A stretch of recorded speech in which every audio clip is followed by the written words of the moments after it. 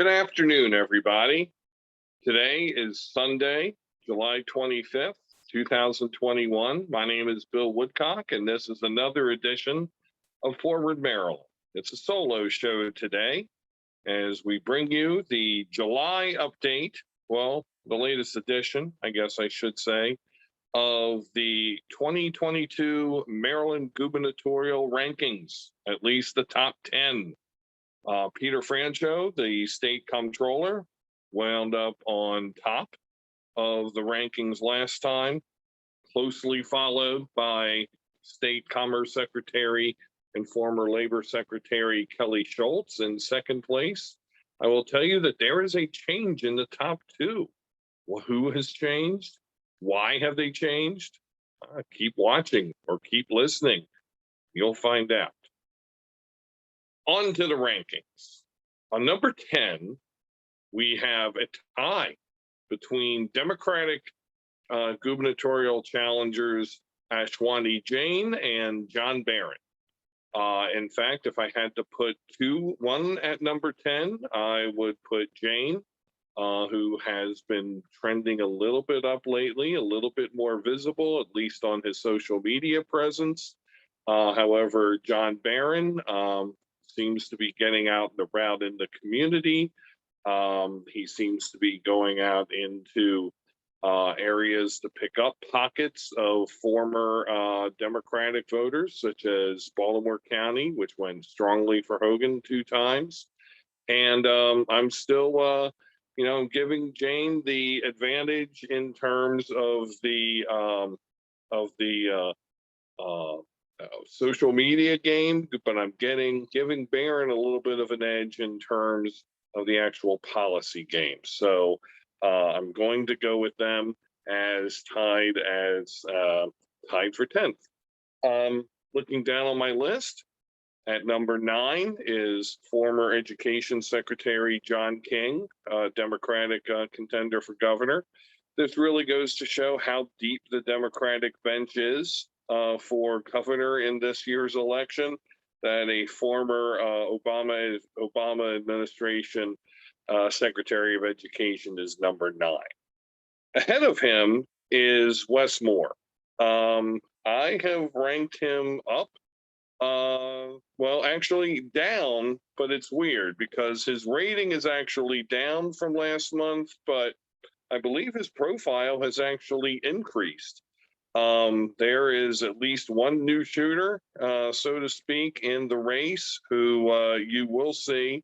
Those of you who had not yet noticed, Robin Ficker has dropped out of the rankings. But Moore is getting a lot of buzz. He certainly is winning the social media game. He's doing that very well. He continues to put forth some very strong videos. And I have a feeling that Moore might be poised to make a little bit of a run over the next few months. But right now, we still have him as number 8. Number 7 would be former Labor Secretary and former Montgomery County Council member Tom Perez. Literally the day after last month's ratings came out, Tom Perez announced his campaign for governor. So he has been getting around the state. He has been meeting with key Democratic decision makers and people who are good to know in various jurisdictions, including right here in Howard County. And Perez also is poised to make a move. However, at whose expense are people like he and Wes Moore going to make a move on? That would be on the current number 6, but hanging on to number 6 by the thinnest of margins. And if things are the way they are next month, the August ratings will certainly have this candidate lower, and that's former Prince George's County Executive Rush Baker. Mr. Baker cannot just rest on his laurels of having finished a distant second in the 2018 Democratic gubernatorial primary. He has to get out there and run, and he has to get out there and win. He should not just count on the support of many of his of his friends in the state legislature or other political allies who he was able to activate in the summer of 2018 and get people to come out and support him. It's not a given. Coming in at number 5 is a candidate who just recently announced their exploratory committee for governor, Republican Michael Steele, the former lieutenant governor under Governor Ehrlich and former U.S. Senate candidate. Forming an exploratory committee pretty much means you're going to run. So we're looking forward to having Lieutenant Governor Steele enter the race. We'll see what wing of the party he occupies, or if he occupies a new wing. Hell, he may even decide to run as a Democrat. Who knows? Although that's not likely. Coming in at number 4 is former Maryland Attorney General Doug Gansler. Gansler has solidified himself, and in fact, 2, 3, and 4 are wicked close in my estimation. Any of these candidates could have been 2, could have been 3, could have been 4. Gansler's in the last month, he's called for the legalization of marijuana, in which there will almost certainly be a referendum on the ballot in Maryland in 2022. Calling for the legalization of marijuana. So, this is an effort by Gansler to get out ahead of the curve. Will it work? Will it pay off? Time will tell. We'll see how these issues can be linked to his these and other issues can be linked to his campaign.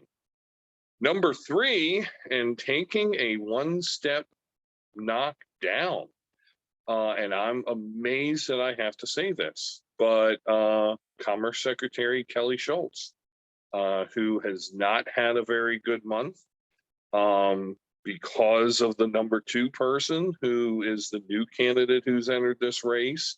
A lot of wind has been taken out of her sails, and a lot of stalwart Republican establishment figures are looking to support this other candidate instead of Schultz. One has to wonder, what does that mean for Larry Hogan's electoral chances in 24 as a run for president? Or does Hogan decide instead to do something that he already said he would not do and challenge Senator Chris Van Hollen in 2022 in order to to somehow maintain presence at the top of a Maryland ticket and keep his own political viability, the viability of his political operation intact? We don't know, but we do know that the dominant wing of the Republican Party is the Trump wing. And that party, that wing of the Republican Party, has a new standard bearer. At number 2, debuting on this ranking, is Delegate Dan Cox from Frederick County, who just recently announced within the last few weeks his candidacy.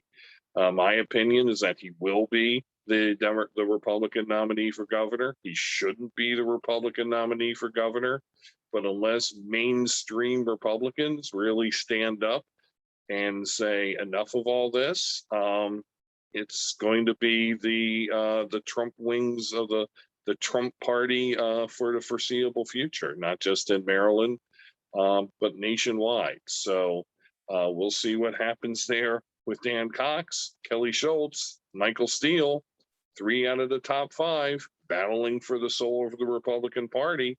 And we know who the big beneficiary is at.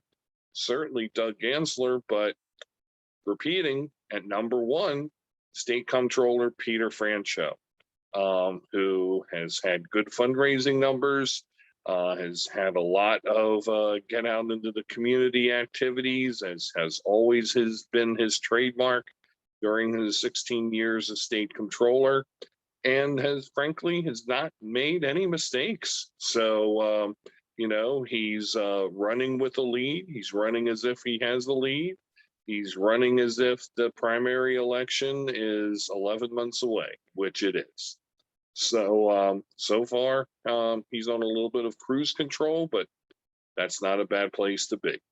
So there you have it. There is our top 10 of the Maryland governor's Maryland Gubernatorial Campaign 2022 edition. And thus ends this brief edition of Forward Maryland. Be sure to join me on Wednesday, where Steve Hunt and I will talk about the issues of the day. Until then, you have been watching or listening to another edition of Forward Maryland. Hope you've had a terrific weekend, and may your week start off on a wonderful note. My name is Bill Woodcock. Have a great rest of your day, everybody. Take care.